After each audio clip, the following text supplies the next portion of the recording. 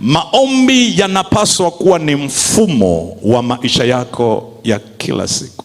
Kama maombi yanapaswa kuwa ni mfumo wa maisha yako ya kila siku, kwa hiyo maisha ya muamini yanapaswa kuwa na mfumo uliojengwa kwa namna ya kuomba kwa mfano wa mfumo wa upumuaji na mapigo ya moyo. Bahati mbaya sana tumefundishwa ya kwamba kuomba ni kule tu kusema katika jina la Yesu halafu ukatamka maneno yakawa. Paulo kwa Waefeso anazungumza maneno magumu sana. Anasema ahimidiwe Bwana awezaye kufanya mambo makubwa na magumu kuliko yale tuyaombayo na tuyawazayo. Ngoja nikwambie kitu kingine. Kuna mfumo wa kimaombi unaoitwa mawazo. Kwa hiyo kama Mungu anajibu hata kupitia mawazo, unapaswa hata kuwaza, unawaza kimkakati kwa mfumo wa kimaombi.